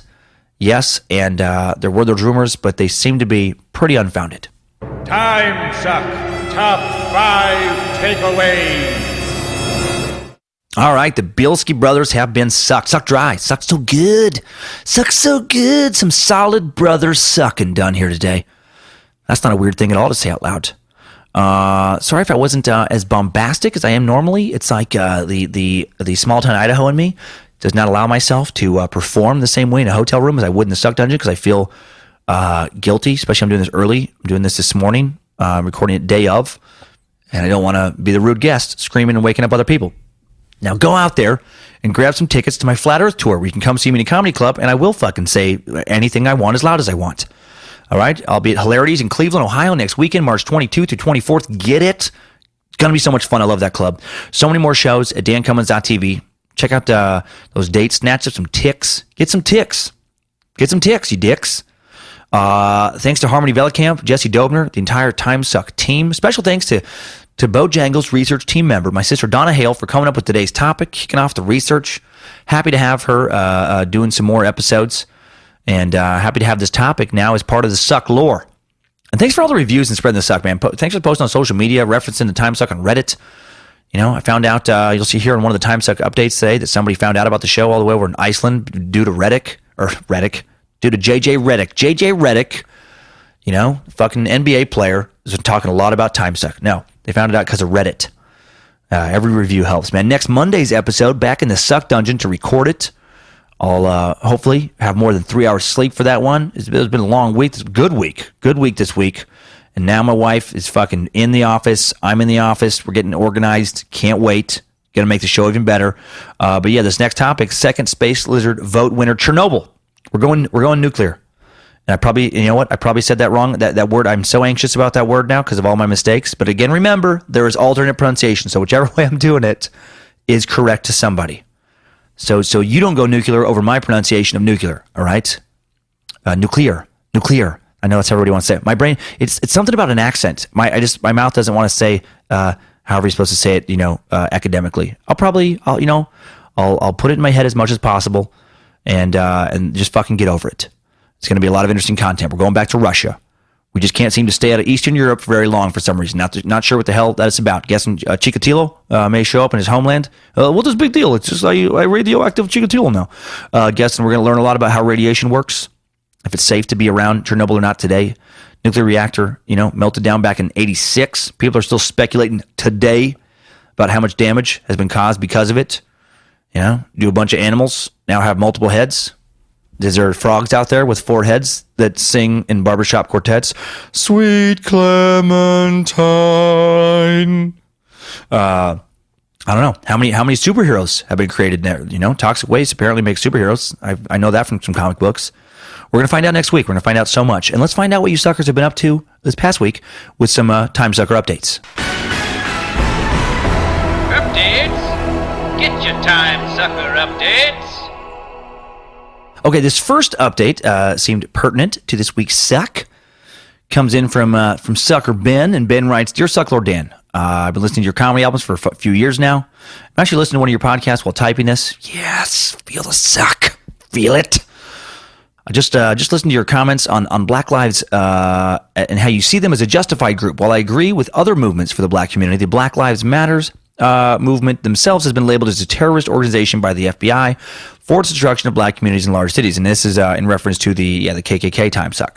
I have lived in Charlotte all my life, was around for the riots, and saw the aftermath, and it didn't solve anything. I'm not saying that black Americans haven't struggled in the past, but they aren't particularly suffering in the same way now. White people are actually killed by police more often than blacks. These crimes don't make it on the news as much because it's not as interesting, I feel. That's just only my opinion. I'm also not saying that what caused these protests was good by any means, but riots and destruction is no way to react. Sorry for making this email so long. I appreciate your open-mindedness. You are truly awesome. Oh, that's nice. One of the funniest people ever. I don't know about that, but I like that you think that. Keep thinking that. Keep telling other people that. Your podcast really speaks to me. Again, sorry for the long email. Hope to see you in Charlotte. Yeah, get out to that show. Reject the temptress Lucifina. Don't turn it into an everyday Chikatilo. May you ride away from her on Bojangles, and may his speed be powered by Nimrod. Sincerely, longtime fan, new time sucker, Ben. Yes, thank you, Ben. I have heard from other listeners that listened to that KKK episode about the Black Lives Matters organization, in fact, being pretty racist themselves, sometimes to other African Americans, which is sad and destructive, and that's too bad. I've also heard some are openly, some of these organizations, some of the groups of the Black Lives Matter organization are openly racist against white people, which is terrible. Hating any color of people is racist. Now, regarding more whites being killed by police than blacks, that's actually technically true, but also a misinterpretation and a common misinterpretation of the data out there. And I'll explain what I'm talking about here. Here's some results of some 2017 data released by Newsweek on December 29, 2017. Now, it says police in the U.S. killed 1,129 people so far in 2017, and only a quarter of those killed were black, but the African Americans only comprised 13% of the population. So in addition to being 25% of the victims, black people are also 3 times as likely to be killed by police as white people, according to this report. And it was done by Mapping Police Violence, and it was released Thursday, the time of this article's release. So you see, the total number, this is what happens a lot of times with numbers out there on the web. People can skew statistics to serve their agenda and do so all the time. And I always think about percentages with stuff where it's and you can use this argument in a number of ways where it's well, how come there's, sometimes I think when people get angry, it's oh my God, there's only, let's say in this example, one African American who is doing this kind of job or whatever. But I always think, yes, but how does that represent the total population? Let's say there's 4 positions available for a job and someone says, well, half of them, better be African American. Well, that's not representative of the population. If the percentage is only whatever, what did it say, 13%, okay, then it makes sense for 13%, of those positions, which doesn't really work well in my numbers here for 4, because that's not 25%. But you know what I mean? It's it should be representative of the percentage of the population. And with crime, and with police reaction on crime, unfortunately, the police do kill a much higher percentage of black Americans than white Americans, which is disturbing and alarming, and that's why there's so much uproar about that. So yes, while the total number is less because the total number of African Americans compared to Caucasians in this country is still significantly less. There are significantly less African Americans than there are Caucasians, in the United States. So. And back to circle to your original point here, or circling back to your original point. Yes, at the time I recorded that episode, I did not realize the Black Lives Matter movement was associated with so much negativity. I had not been around it personally, and so that bummed me out when I heard all that information, And you're right about the media. I do think they're guilty of sensationalism all the time. I do think certain crimes are sexier than others. I think both like black crime and the police reaction to black crime gets way too much media attention. Sometimes I don't think they're doing it for the right reasons. They're not doing it to expose, bad things going on. They're just doing it to push ratings and fucking whip people up and make them angry. And that is, not always a good thing, clearly. Spread it around, man. I mean, make your crime reporting, fair racially, like the TV show Cops does. You guys still watch that show? Still on. I'm pretty sure they're still doing new episodes. It's been like, bad boys, what you gonna do? That's actually a weird example of equality. I don't know if I've watched probably too many episodes over the course of my life, but the Cops, they really fucking go after a little bit of everybody in that show. I'm not even kidding. They go after, white, black, brown dumb shits with equal gusto, and it's refreshing to see. There's white cops, black cops, Hispanic cops, Asian cops, chasing after Asian criminals, Mexican criminals, fucking South American criminals, fucking Eastern European criminals, African criminals, just fucking a little bit of everything. And it's so great. Afros and mullets and fucking, slick back pomade hair all being chased after on Cops. It's great. Okay, this next update from Brady Trayer cracked me the hell up. And the email just says, the order of what? Just listening to the Aleister Crowley episode, and I swear to Nimrod, the first 5 times you said it, I heard the Order of the Golden Dong instead of the Order of the Golden Dawn. The worst part is I thought it was fitting for him and didn't question it those first 5 times. It's clearly way too early for me to listen to the suck. Keep on bringing the suck no matter what time of day. Sincerely, Mademoiselle. So glad I know what that stands for now, those letters. Mademoiselle, Dr. Brady Trayer, Esquire, the 7th. You are hilarious, Brady, and your name is the best. And that would make it kind of fitting. Would be a wacky name, but it wouldn't be out of character if you haven't heard the Aleister Crowley episode yet. You listeners, he's a weird dude. He's part of the Order of the Golden Dawn, but Order of the Golden Dong, I like that better. That sounds like a fun order to be a part of. Sounds weird, I just picture a bunch of dudes in costumes, I guess it doesn't have to be dudes, women and dudes, just like worshiping, just this giant golden fucking wiener statue. Okay, next update. Very kind one from Timesucker Lex. He says, hey, Dan, I'm going to try and make this quick. I'm using the Android app, so sorry for the autocorrect bullshit. I just wanted to let you know you have made a major improvement on my depression. I've been dealing with it on and off for years. These past 2 years have been really difficult with the hurricane and some family issues. Told my girlfriend that I was depressed again. She told me that if I feel like hurting myself, I need to get help or at least call the suicide hotline. Thanks to you and the Cobain episode, I feel like I had the perfect answer to this. Fuck yeah, buddy. I told her, don't worry, I won't try. I really don't want to end up in Nimrod's asshole. This podcast has been the perfect way for me to distract myself when I get down and love learning some new shit. And I love learning some new shit. Can't wait to see you in San Antonio. Yeah, buddy. Oh, and I'm a space lizard, and I just listened to the 5th episode with your wife, letting us know that she will be assisting you with the podcast. Oh, thank God. She's like the anti-Lucifina, so all hail St. Lindsay. Unless that offends her, then my bad, but thanks for helping with the suck. Keep on sucking, Lex. Wow, Lex, that's so nice, man. I love how happy this makes you. Yeah, man, I don't want to end up in Nimrod's butthole either. That's hell, man. Nimrod's butthole. Don't let Lucifina trick you into wandering in there. She'll try and get you in there. Just come on. Just come and join me. I'll just be in Nimrod's butthole. Get in here. Be gone, Lucifina. And St. Lindsay, I think she will like that very much. I think she'll like that a lot. Although she does have a certain amount of Lucifina in her as well, and I like it, man. There is for sure a reason I have a tattoo of a half angel, half devil lady on my left shoulder. Yeah, like a little bit of naughty. You keep on fucking sucking too, Lex. One more from a Norse sucker writing in about the Norse episode last week. Hi, I'm a listener from Iceland. Found the podcast on Reddit. Oh, and in Iceland. So currently living in Iceland. Found the podcast on Reddit. That's what I was talking about earlier. And have been listening nonstop since. I love the Norse God episode. Was afraid of some butchering mythology, but it, of course, was well-researched and very well done. Oh, thanks, man. I was nervous as shit for that one. I just wanted to add that Loki's father in the Marvel movie was a frost giant named Laufey, but that's a female name, like mine, ends in EY. That is the only thing that bothered me in the Marvel movies, and I can't recall if you mentioned that point. No, I did not. So thank you for bringing that up. Also, your pronunciation was good. I hope so. I know I messed up a lot of stuff. I especially noted that my siblings' names, Freya and Sturla, as in Snorri Sturluson, My sister has no problems with her name outside the country, but my brother gave up on making people say his outside the country. Keep on doing a great show. Love the Nimrod, Bojangles, Lucifina, and the Juju comic side stories. Great. And if you've gotten me a couple times with the made up stories, which I love. Oh yes, thank you. And hopefully I get to see your shows one day. I hope so too. I hope we get to see you in Iceland. I would love to make it out there.